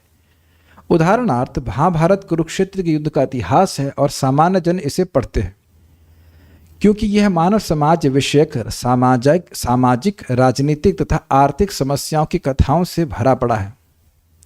किंतु वास्तव में महाभारत का सबसे महत्वपूर्ण भाग भगवद गीता है, जिसे कुरुक्षेत्र के युद्ध के ऐतिहासिक वर्णनों के साथ साथ पाठक को स्वतः पढ़ा दिया जाता है। विदुर ने मैत्रेय को बताया कि वे लौकिक, सामाजिक तथा राजनीतिक कथाओं के ज्ञान से पूर्णतया तृप्त हो चुके हैं, अतएव अब उनमें उनके लिए रुचि नहीं है। वे भगवान कृष्ण विषयक दिव्य कथाएं सुनने के लिए लालायित थे। एक बहुत बड़ी बात यहाँ पे समझने वाली है कि जिस व्यक्ति की अभी बाहर की कथाओं को सुनने में ही रुचि लगी पड़ी है, वो कृष्ण कथा में रुचि कैसे रख पाएगा? मतलब अगर इतनी रुचि बढ़ी हुई है कि कृष्ण कथा में आ ही नहीं सकता है तो रुचि नहीं आएगी, लेकिन अगर दोनों तरफ रुचि है तो कृष्ण तब भी ठीक है। मैं समझा पाया? मान लो कृष्ण कथा भी सुन रहा है और बाहर की बात भी सुन रहा है, कृष्ण कथा भी सुन रहा है, बाहर की बात भी सुन रहा है। टेनिस, कृष्ण कथा की सुन रहा है और बाहर की बात भी सुन रहा है, कृष्ण कथा सुन रहा है, बाहर की बात सुन रहा है, कृष्ण कथा की बात सुन रहा है, बाहर की बात सुन रहा है, कृष्ण कथा की बात सुन रहा है, बाहर की बात सुन रहा है। समझ में आया कि मैंने एक्टिंग क्यों करी। टेबल टेनिस में होता है, टेबल टेनिस गेम में तो शुरुआत में मान लो 5 मिनट सुना, 10 मिनट से भगवान की कथा तो सुख देने वाली है और इधर की कथा में कोई दम नहीं है, तो अभ्यासवश वो बार बार सुनेगा उधर की बात को, लेकिन धीरे धीरे वहाँ समझ जाएगा वहाँ तो कोई रुचि नहीं है और कृष्ण कथा में रुचि उसकी बढ़ जाएगी। तो लेकिन अगर एकदम सुनने का मन ही नहीं है तब क्या किया सकता है? कुछ एंट्री तो दो भगवान को। आप सभी लोग, हम सभी लोग इसी के तो एग्जाम्पल हैं। ऐसा तो नहीं कि जब हम लोग कृष्ण कथा सुनना शुरू किए तो बाहर की बात सुन ही नहीं रहे थे, लेकिन धीरे धीरे करके वहाँ की नीरसता प्रकट हो जाती है और भगवान की कथा की सुख अनुभव हो जाता है, तो व्यक्ति अपने आप कृष्ण कथा के प्रति आकर्षित होता चला जाता है। लेकिन एक पॉइंट तो आए कि सुने, अब सुनेगा ही नहीं तो फिर कैसे मालूम चलेगा? आपको याद हो कि माँ लोग कुछ नया आइटम बनाते थे तो आप लोग क्या करते थे बचपन में? मैं नहीं खाऊंगा। तो माँ क्या बोलती थी? अरे एक बार चख के तो देखो। और बहुत बार आपको वो अच्छा लग जाता था तो उसके बाद आप मांग मांग के खाते थे। समझा? तो चखे तो सही व्यक्ति। चूंकि पुराणों, महाभारत इत्यादि में कृष्ण से सीधा संबंध रखने वाली कथाएं अपर्याप्त थी, मतलब ऐसा नहीं है कि नहीं थी, लेकिन जैसे एग्जाम्पल दिया गया 1% से भी कम महाभारत में, अतः वे तुष्ट ना हो सके और कृष्ण के बारे में और अधिक जानना चाह रहे थे। थोड़ा समझ लीजिए, लोग हिस्ट्री सुनना चाहते हैं, चाहे वो झूठा भी हो जैसे कि हिस्ट्री बुक में, लेकिन महाभारत में वास्तविक हिस्ट्री है, लेकिन वह हिस्ट्री का प्रयोजन क्या है? इधर आओ इधर आओ, हिस्ट्री सुनाते हिस्ट्री सुनाते हिस्ट्री सुनाते सुनाते कृष्ण कथा दे दी। जैसे बचपन में आपको अनुभव होगा कि वो कड़वी एलोपैथिक की दवा उसको किसी मीठी चीज में रैप करके खिला देते थे। तो अब लोगों की कृष्ण कथा सुनने में सीधी रुचि तो है नहीं, तो कहानी सुनाते हैं। जैसे आज आप चौथे स्कंद में सुनेंगे नारद जी प्राचीन वर्षित कोई कहानी सुनाते हैं, कहानी सुनाते सुनाते उन्हें दिव्य ज्ञान भी दे देते हैं। इस कथा में भी आप देखिए, अगर मैं कहूँ कि एक बार की बात है तो तुरंत क्या बात है आप देखेंगे जो कथावाचक होते हैं वो उस ट्रिक को जानते हैं। देखिए समझ में कहानी सुनाता हूँ तो तुरंत लोग, अच्छा क्या कहानी है? तो कहानी सुनने में, किस्सा सुनने में लोगों की रुचि सहज होती है, सबकी होती है। ऐसा नहीं कि मजाक बना जा रहा, सबकी रुचि होती है, मेरी भी है। अच्छा मैं एक कहानी बताता हूँ आपको। मैं तो अब जैसे ही बोलेंगे एक कहानी बताता हूँ तो तुरंत लोग के मन में आता क्या कहानी बताएंगे? तो कहानी सुना सुना करके उसमें शिक्षा भी दे दिया गया है। देखो युधिष्ठिर महाराज के संग ऐसा हुआ, देखो दुर्योधन ने ऐसा किया, तो व्यक्ति को शिक्षा प्राप्त हो जाती है समझ में आ रहा है? केवल सिद्धांत बोले उपनिषद का तो व्यक्ति नहीं स्वीकार करेगा। तो ये बात समझते हुए उन्होंने ये ज्ञान महाभारत में दिया। ऐसा नहीं महाभारत का प्रयोजन नहीं है, लोगों को कहानी अच्छी लगती है, कहानी सुना सुना करके उनको कुछ ज्ञान दिया गया है, लेकिन कृष्ण कथा का सप्लाई बहुत कम है, ये बात है। कृष्ण कथा अथवा कृष्ण के प्रवचन होने के कारण भगवत गीता महत्वपूर्ण है, स्पष्ट है। कुरुक्षेत्र के युद्ध की कहानी आम जनता के लिए रोचक हो सकती है, किंतु भगवत भक्ति में अत्यधिक आगे बढ़ चुके विदुर जैसे व्यक्ति के लिए कृष्ण कथा तथा कृष्ण कथा से जुड़ी कथा ही रोचक है। तो एक इंटरेस्टिंग बात है कि आप प्रश्न करेंगे कि भाई भागवत में तो बहुत बार ये वंशावली का वर्णन है, इसका बेटा ये, उसका बेटा वो, उसका बेटा ये, उसका बेटा वो, तो ये कौन सी कृष्ण कथा है? उसमें ये ढूंढा जाएगा कि कहीं इनमें से कोई शुद्ध भक्त नहीं है। एक और आप देखेंगे कि जैसे उस किसी शुद्ध भक्त का वर्णन आएगा तो उसमें एक कथा आ जाएगी, प्राय आप देखेंगे इसका बेटा ये, उसका बेटा वो, उसका बेटा, फिर भगवान के बारे में कुछ बात आ जाएगी, भक्त के बारे में बात आ जाएगी। तो उस प्रसंग का भी प्रयोजन कृष्ण कथा है। जैसे शराब को अगर गंगा जी में बहा दिया जाए तो क्या है वो? गंगा जी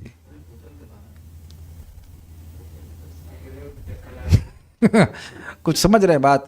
तो कोई लौकिक वार्ता है, प्राय बाहर रूप से लग रहा है, लेकिन उसका प्रयोजन भगवान के यश को विस्तारित करना है, तो वह भी कृष्ण कथा ही हो जाती है।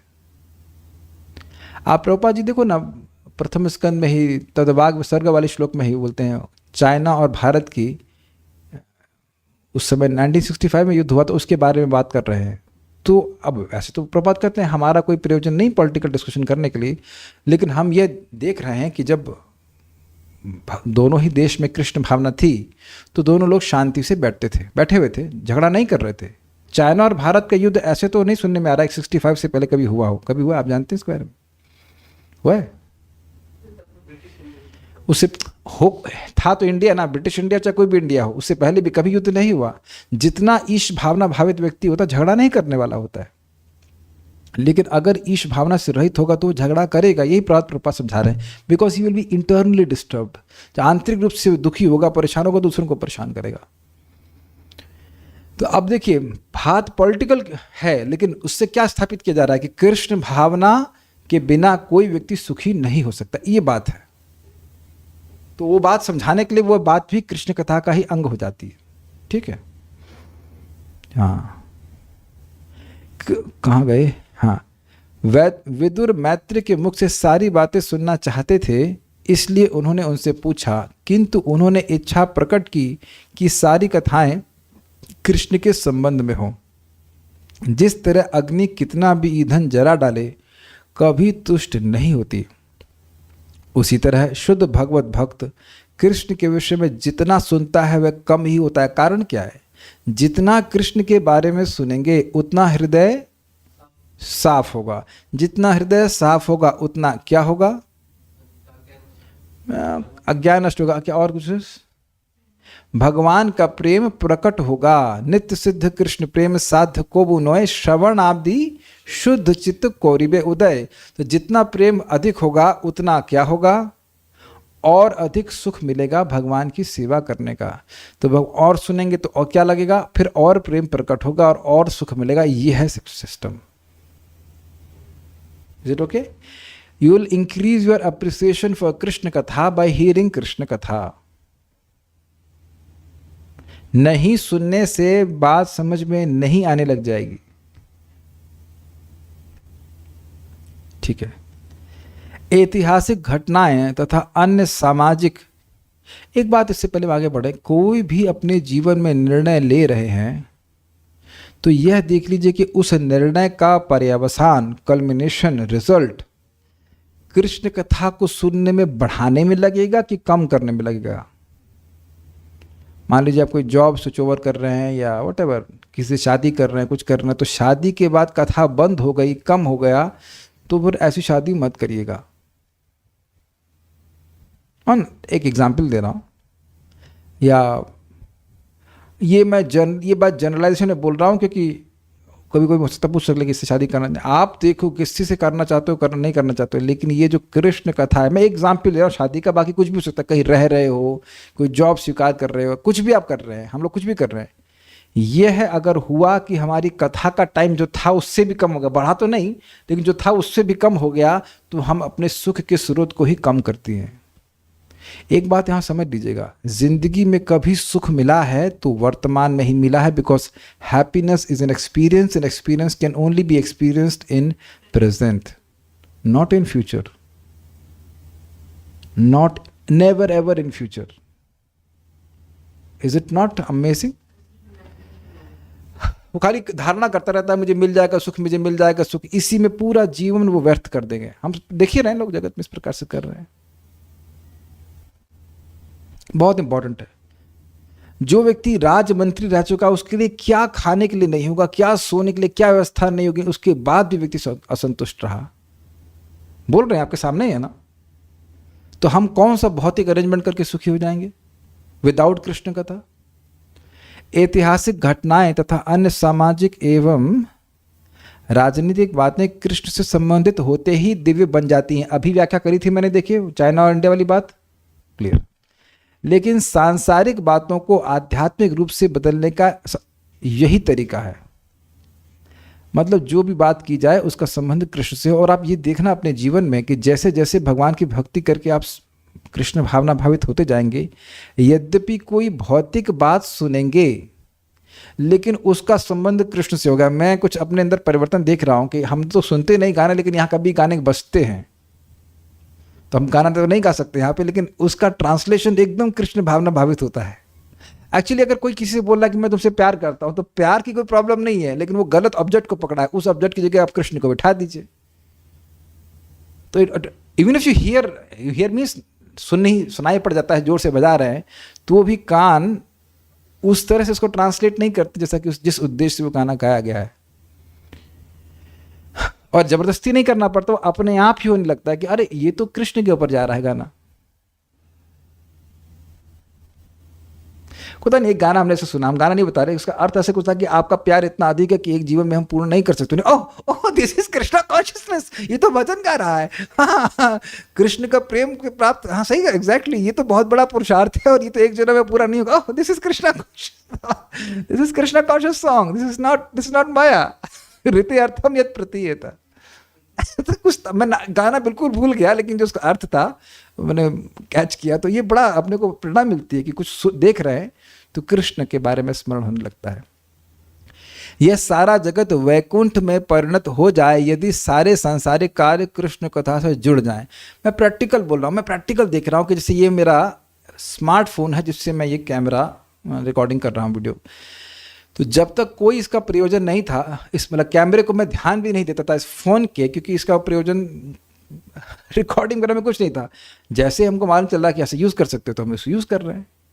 अब मैं समझा पा रहा हूँ, ऐसे ये वटेवर जो ऐप है ये, उससे कोई हमारा किसी बात का प्रयोजन नहीं होता है, लेकिन जैसे आप देखेंगे कृष्ण कथा में अच्छे से यूज़ कर सकते हैं, वी इमीडिएटली बिकम इंटरेस्टेड।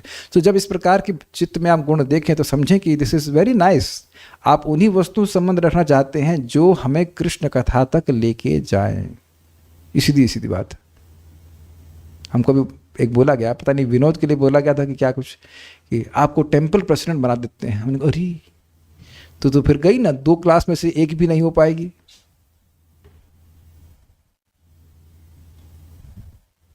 इतने अच्छे हमारे मंदिर के भक्त हमको मिल गए हैं, कथा सुनने वाले और प्रसाद अपने आप बना लेने वाले अपनी रुचि के अनुसार। तो अब इससे अच्छे भक्त तो क्या मतलब है। नहीं तो मंदिर में तो इस बात का झगड़ा, हर बार मीटिंग होती थी, क्या मीटिंग हो रहा है भाई, प्रसाद अच्छा नहीं बन रहा है। आज तक देखो हमारी मीटिंग में कोई घर में नहीं बोल रहा है कि प्रसाद खराब बन रहा है, क्योंकि सब अपने आप बना रहे हैं। अच्छा बनाओ, बनाओ अपना, देखो हम क्या दिक्कत है कि नहीं। कृष्ण कथा के बारे में सुनने के लिए आते हैं। That's why you see we are happy at least during katha. Prabhupada बोल रहे वैकुंठ में परिणत हो जाए, जहां कुंठा नहीं है। आप प्रतिदिन देखो, दिन में जो कुछ भी हुआ हो, ये 1 घंटा जो हम लोग भगवान के बारे में चर्चा करते हैं, कीर्तन करते हैं, उस समय तो हमें सुख में रहते कि नहीं, उस समय तो कोई कष्ट नहीं रहता। उसके बाद शुरू हो तो अलग बात है। जैसे आप देखिए लौकिक बात है, लेकिन हमको आज इतना मच्छर काट रहा था कि मच्छरदानी में जब कर रहे थे तो हमने कहा देखो यही है। जैसे ही हम लोग भक्ति के मच्छरदानी के बाहर आते हैं तो तुरंत मच्छर यानी आदि भौतिक, आदि दैविक, आध्यात्मिक कष्ट जुटे हैं खून पीने के लिए। और जैसे भगवान की स्मृति रहती तो वो हैं, लेकिन वो दूर दूर से देखते रहते हैं कब बाहर निकलेगा, से खून पिएंगे। Is it not? तो जस्ट बहुत लौकिक घटना है ना कि हम मच्छरों को देख रहे हैं। नॉर्मली लोग व्यक्ति बहुत उसमें उनसे द्वेष करता है, मेरा खून क्यों पीने आए, इत्यादि इत्यादि। But I was just reflecting, I was laughing also कि देखो भगवान की भक्ति जैसे छोड़ूंगा, जैसे बाहर आऊंगा तो तुरंत दुख शुरू हो जाएगा। और सत्य बात है।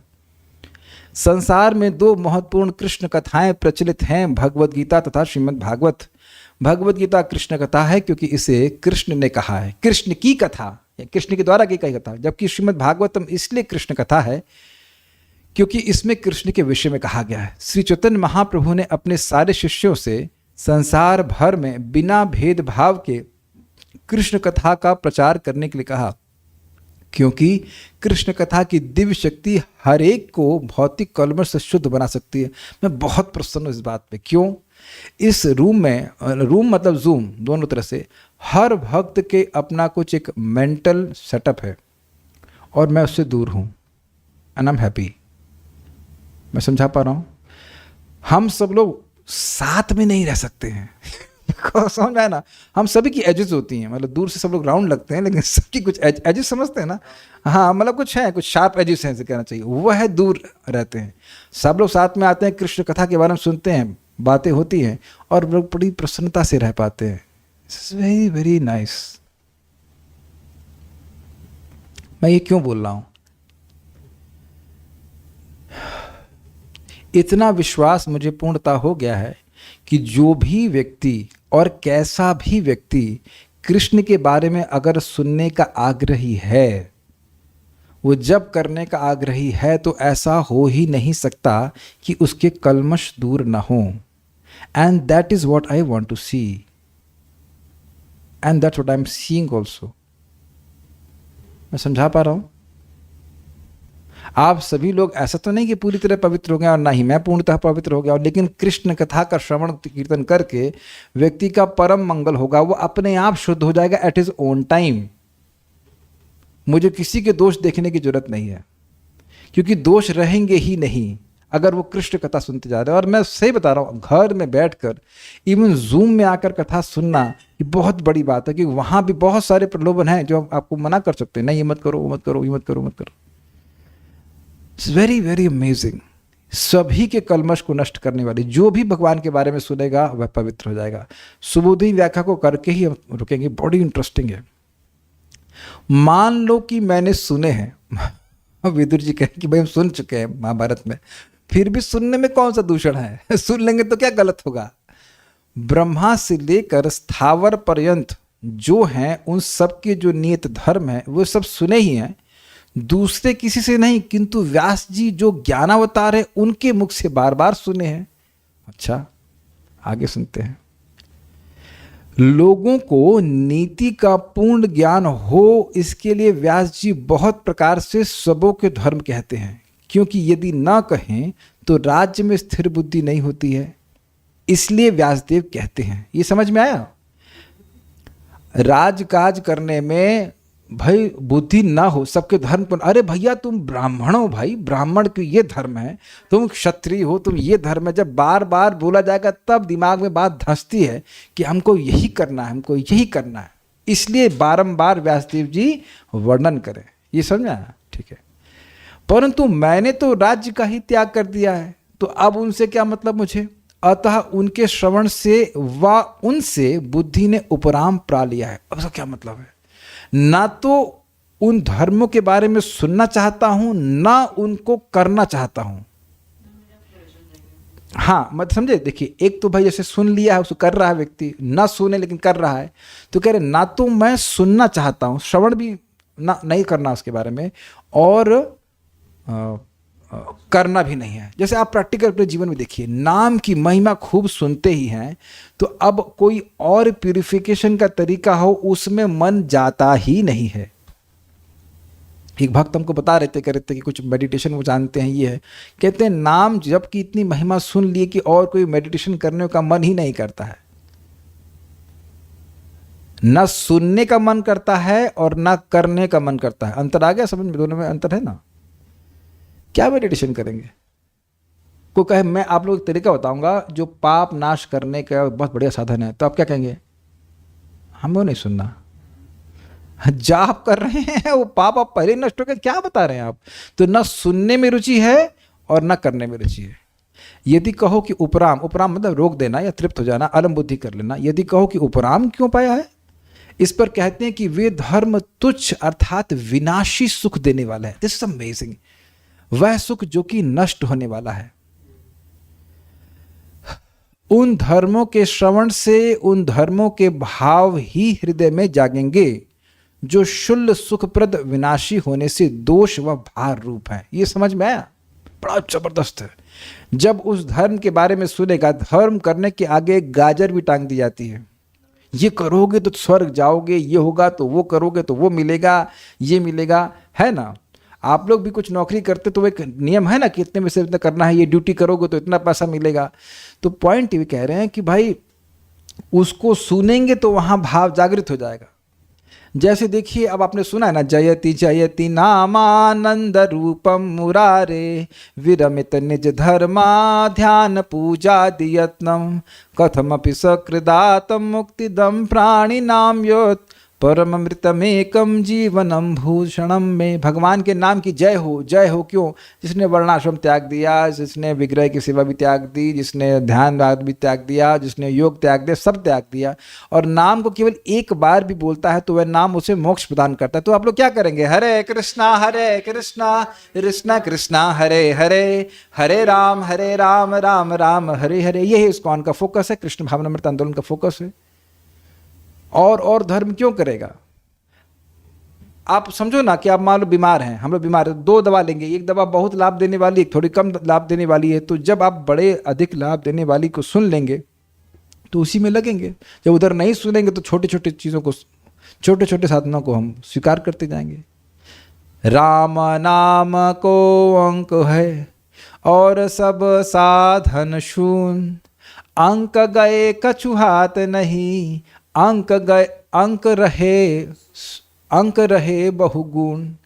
राम नाम का एक अंक है और बाकी साधन क्या है? शून्य।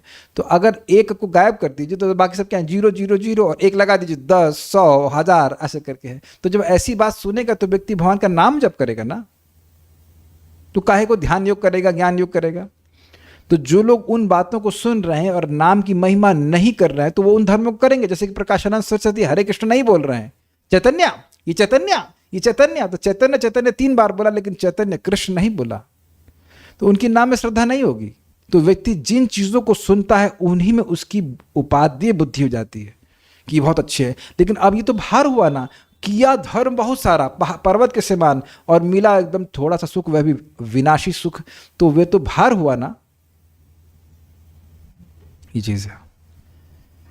उन धर्मों को के ना सुनने से उन दोषों से छूट जाएंगे। समझ में आया बात? जब सुनेंगे ही नहीं उन धर्मों को तो करेंगे ही नहीं।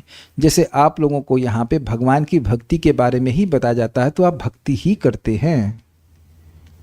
अगर कुछ और साधन के बारे में बताया जाना शुरू कर दिया जाए तो हम लोग उधर ही श्रद्धा से युक्त होते चले जाएंगे। समाज सेवा करो, ये सेवा करो, वो सेवा करो, इसमें भक्तों का इंटरेस्ट इसलिए समाप्त हो गया है क्योंकि हम उधर सुनते ही नहीं हैं और उससे कुछ मिलना भी नहीं है। ना तो आज तक किसी को मिला ना किसी को मिलना है। प्रभुपाद जी गांधी जी का एग्जाम्पल देते हैं कि बहुत ज़्यादा सेवा किए देश की, बाद में वो गांधी जी बोलते हैं मैं मरना चाहता हूँ। प्रभुपाद कह रहे हैं कि ही वॉज नॉट सेटिस्फाइड और उन्हीं के लोगों ने, मतलब देशवासियों ने मार दिया उनको। तो प्रैक्टिकल एग्जाम्पल कि कोई बहुत बड़ा समाज सेवी हो तो भी वह संतुष्टि का अनुभव नहीं कर सकता है। बारंबार उस लोग को याद रखना चाहिए कि भगवान के अहेतु की भक्ति होगी तभी मैं सुखी होऊंगा। तो उस व्यक्ति सारी एनर्जी भगवान की प्रेमा भक्ति प्राप्त करने में लगाएगा। तो सुनने पर निर्भर करता है। कल जो लोग सुबह जप करने के लिए आते हैं वो प्राय हम देखते हैं वही लोग हैं जो शाम को कथा सुनते हैं। जो कथा नहीं सुन रहे हैं कहेंगे बड़ा मुश्किल लगा, बड़ा थकान थी, ये थी वो थी। थकान आपकी रात से शुरू हो जाती है। जब भगवान के बारे में सुनते हैं तो श्रद्धा बढ़ जाती है, वही कार्य करता है। तो समझ में आया? केवल भार है वो। तो नहीं सुनेंगे तो उधर मति लगेगी ही नहीं। आप लोग प्रैक्टिकल देखिए, हम तो प्रैक्टिकल मान बोल रहे हैं। आईआईटी के लिए मुझे इतना बोला गया, ये पढ़ो, ये कर लोगे, ये हो जाएगा, वो हो जाएगा। तो उस भार को उठाया मैंने 4 साल, चलिए 6 साल 7 साल, 3 साल तैयारी में, 4 साल उससे बाहर निकलने की तैयारी में। Just trouble, you know. समझ में आ गया? तो उन धर्मों को जब व्यक्ति सुनेगा ही नहीं, जब जिस धर्म को आप सुनेंगे ही नहीं, करने वाले हैं उसको, तो कह रहे हैं हम उसको सुनेंगे ही नहीं ना, उसमें श्रद्धा आएगी ना हम करेंगे, हमारा टाइम नहीं खराब होगा, ये इसलिए हम सुनना नहीं चाहते। भाई देखिए दोष क्या है? दोष ये है कि सुनेंगे तो प्रवृत्त होंगे, तो मिलना है बिल्कुल थोड़ा बहुत सुख, तो फायदा क्या करने का? मान लीजिए कोई आपको कोई रेसिपी बोले बनाने के लिए और एकदम उसमें सुख है ही नहीं। कुछ खाने का आइटम बनाया गया, कहे बनाओ, बड़ा अच्छा लगा, अब बनाना शुरू करी, मेहनत हो गया, सुबह से शाम तक पसीना बाया और मिला 2 कौड़े के सुख मिली, तो आप क्या कहेंगे? अरे नहीं सुनी होती तो अच्छा होता, इतना समय खराब हुआ हमारा। समझ आ गया? यही बोल रहा है। दोनों का विचार करने से सिद्ध होता है कि वे धर्म अल्प सुख देने वाले हैं। वास्तव में उनके स्वरूप का पूर्णता विचार किया जाए तो दुख रूपी है, क्योंकि भौतिक है और भौतिक तो सुख दे ही नहीं सकता आत्मा को। अतः उनसे उब गए हैं। इसके अनंतर उनके श्रवण की इच्छा मात्र भी मन में नहीं होती है। ठीक है कि नहीं? कृष्ण कथा अमृतौघात, कृष्ण कथा ही अमृत का समूह है। अब ये सेक्शन बड़े ध्यान सुनिए। कृष्ण कथा ही अमृत का समूह है। कृष्ण कथा अमृत औघात। कृष्ण कथा के अमृत का प्रवाह, एक अर्थ यह है, और दूसरा अर्थ क्या है? कृष्ण कथा ही अमृत का प्रवाह है। एक अर्थ है कृष्ण कथामृत का प्रवाह और दूसरा क्या है? कृष्ण कथा ही अमृत का समूह है। और कोई अमृत का समूह नहीं है, उससे तृप्ति नहीं होती है। वे धर्म अल्प सुख देने वाले हैं, अतः उनसे तृप्ति हो जाती है। यो कहने से विरोधाभास दिखाया है। अब ये समझने का प्रयास कीजिए। अमृत के समूह से तृप्ति नहीं होती है और जो धर्म थोड़ा सुख देने वाला है उससे तृप्ति हो जाती है। ये तो विरोध है, अजीब सी बात बोल रहा है, ये थोड़ा टफ है, समझने का प्रयास कीजिए। जो चीज थोड़ा सुख देने वाली उससे तुम तृप्त हो जा रहे हो, और जो चीज अमृत स्वरूप है, वो भी प्रवाह है, उससे तुम तृप्त नहीं हो रहे हो। ये तो अजीब सी बात बोल रहे हो यार। आप कैच कर रहे हैं इस लाइन को? जो चीज कम टेस्ट देने वाली है उससे कह रहे हो कि हम तृप्त हो गए हैं, तो उसका अर्थ है कि ऊब गए हैं। हाँ, वो भाई नॉर्मली आप कहेंगे तृप्त हो गए मतलब बड़ा अच्छा लगा, लेकिन कह रहे हैं कि उससे हम तृप्त हो गए हैं का मतलब ऊब गए हैं, और अमृत से तृप्त नहीं हो रहे हैं तो मतलब और चाहिए और चाहिए, ये अर्थ है। समझ आ गया? तो इसकी व्याख्या कर रहे हैं। ये लाइन, इस पैराग्राफ बड़ी जबरदस्त है।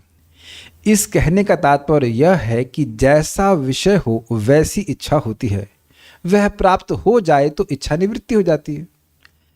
वह इच्छा तो विषयानुरूप होती है, यदि विषय अल्प है तो इच्छा भी अल्प होती है। जैसे पिपीलिका यानी कीड़ी यानी कि चींटी की क्षुधा अल्प है, तो उसको अल्प खाद्य मिला तो उसकी तृप्ति हो गई और खाने की इच्छा मिट गई। कीड़ी हाथी जितना खाद्य खा नहीं सकती है, अतः थोड़े से ही तृप्त हो जाती है। हाथी तो करोड़ कीड़ियों का अन्न यानी भोजन मिलने पर भी तृप्त नहीं होता है। बड़ा इंटरेस्टिंग है। अतः भगवत संबंधी जो इच्छा है वह अनंत गुण वाले भगवान के सर्व गुणों के बहुत काल से होते हुए भी पूर्ण करने में अशक्त ही रहती है। इस कारण से वह इच्छा तृप्त नहीं होती है, इसलिए निवृत्त होना नहीं चाहती। समझ में आया? भगवान इस जगत के लोगों के गुणों का वर्णन करेंगे तो थोड़े छटाक छटाक भर के गुण हैं, तो कुछ छटाक भी नहीं, बहुत थोड़े थोड़े गुण हैं। तो अगर वह एक गुण सुनने की इच्छा है तो क्योंकि गुण ही छोटे हैं और वो सुख भी थोड़ा देने वाले हैं तो व्यक्ति तृप्त हो जाता है। ठीक है, हो गया, सुन लिया और नहीं सुनेंगे। क्या समझ पा रहे हैं? इस जगत में किसी के भौतिक गुणों का वर्णन आप कर रहे हैं तो आप जानते हो कि उससे कोई असीमित सुख नहीं मिलेगा और मिलना भी नहीं है, तो सुन लेते हैं, थोड़ा सुख मिलता है, व्यक्ति चुप हो जाता है, ऊब जाता है। लेकिन भगवान के गुण कैसे? अनंत हैं, एक एक गुण अनंत है और एक एक गुण अप्राकृत है। तो वस्तुतः जब भगवान के गुण को सुनने की इच्छा है, इसका मतलब है कि असीमित सुख की इच्छा है, क्योंकि भगवान के गुण तो कभी समाप्त होने वाला नहीं। भगवान की दया की ही बात करें तो कितने सारे इस पे बातें कही जा सकती हैं। महाराज बता रहे थे केवल भगवान की सुंदर आंखों का वर्णन करने में कितने ही कवियों ने कितनी ही कविताएं लिख दी हैं, केवल आंखों का वर्णन करते हुए। तो क्योंकि जो इच्छा भगवत संबंधी है और भगवान के गुण हैं अनंत और अनंत सुख देने वाले हैं, तो वह तो कभी तृप्त होने वाली नहीं। तो बहुत बड़ा सूत्र मिल रहा है कि अगर हम सुखी होना चाहते हैं तो हमें भगवान के यश को सुनने का आग्रह बना लेना चाहिए। अगर भूख होगी तभी अच्छी वस्तु अच्छी लगती है। Is it okay? बहुत अच्छा टॉपिक लगा था। कृष्ण अर्थात सदानंद, उसकी कथा भी सदानंद रूप है, क्योंकि भगवत धर्म भी भगवत रूप है, यानी भगवान की सेवा भी भगवान के समान है। रस वाला पदार्थ ही विशेष लिया जाता है, अल्प रस वाला अल्प ही लिया जाता है, ये अनुभव सिद्ध है। मतलब क्यों भगवान की कथा के अमृत से हम तृप्त नहीं हो रहे हैं? क्योंकि ये रसमय है, रसो वैसह, ये कृष्ण के समान ही रस वाली है, इसलिए ये सुख देती ही जाती है और उसका सुख नित्य बढ़ता ही जाता है। मैंने एग्जाम्पल आपको दिया था, कथा सुनता है, प्रेम बढ़ता है तो कथा का सुख और मिलता है, इसलिए हम तृप्त नहीं हो रहे हैं। ठीक है, कुछ बात समझ में आई होगी। So will stop here. उम्मीद है कि आप कुछ लोग अच्छे लगे हों। कुछ पूछना चाहते हैं? माइक दीजिए। हाथी और चींटी का भेद इन सुबोधनी का समझ नहीं आया। देखिए, चींटी की भूख चींटी वाली होगी। चींटी की जो इच्छा है वो क्या है? एक छोटा सा चीनी मिल जाए उसके लिए भागती रहती है। ये भी इंटरेस्टिंग, इधर भागो उधर भागो, लेकिन भाग के बेटा तुम कितना खाओगी? एक छोटा सा चीनी का अंश। तो उसकी इच्छा कम क्यों है? क्योंकि विषय छोटा है, और चींटी तो कभी भोजन उतना ग्रहण कर ही नहीं सकती है। लेकिन जो विषय है, भगवत संबंधी विषय कैसा है? बहुत बड़ा है, बहुत बड़ा मतलब अनंत है। तो इस कारण से जैसे हाथी तो करोड़ों जो चींटी है उनका भोजन, उनका अन्न ग्रहण कर सकता है, करता ही है। तो जो इच्छा है हाथी की वो बहुत ज़्यादा भोजन खाने की है, उसका विषय इस प्रकार का है। तो भगवान का जो गुण है वो अनंत है और वह दिव्य गुण है। तो वह दिव्य गुण दिव्य सुख देने वाले हैं और अनंत मात्रा में देने वाले हैं, इसलिए भगवान की कथा से कभी तृप्ति नहीं होती। उम्मीद है कि समझ में आएगा। फिर से पढ़ लीजिएगा तो बात समझ में आएगी। हाँ बोलिए। ऑन है? ऑन कीजिए। ऑन नहीं शायद। प्रभु जी, जैसा कि प्रारंभ में आपने बताया वर्णाश्रम व्यवस्था के अनुसार तो ये तो निश्चित है, अटल सत्य भी है कि भगवान की कथा हमको सभी सुख प्रदान करेगी। लेकिन सामाजिक दृष्टिकोण से मान लिया किसी पत्नी का पति के प्रति कर्तव्य, पुत्र का पिता के प्रति कर्तव्य, लौकिक दृष्टिकोण से लोग कहते हैं कि क्या केवल कथा ही सुनोगे, सामाजिक प्रश्न है थोड़ा सा, और ये कर्तव्य दायित्व नहीं निर्वहन करोगे।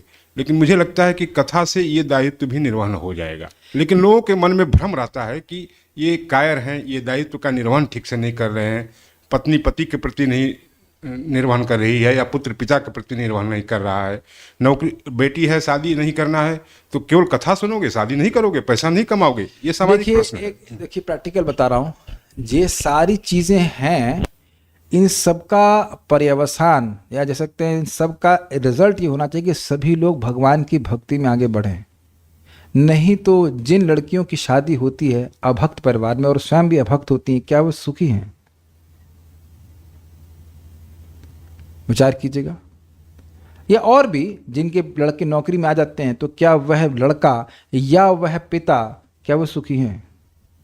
तो मूल बात तो ये है, जो वह कहते तो कुछ भी कहें, लेकिन शास्त्र ये कहता है कि सबसे बड़ा दायित्व है कि बच्चों को या पत्नी को या पति को किसी को भी कृष्ण कथा सुनने, बोलने का, भगवान का नाम जप करने का मौका दिया जाना चाहिए। उसके निमित्त ही खिला रहे, पिला रहे, जिला रहे।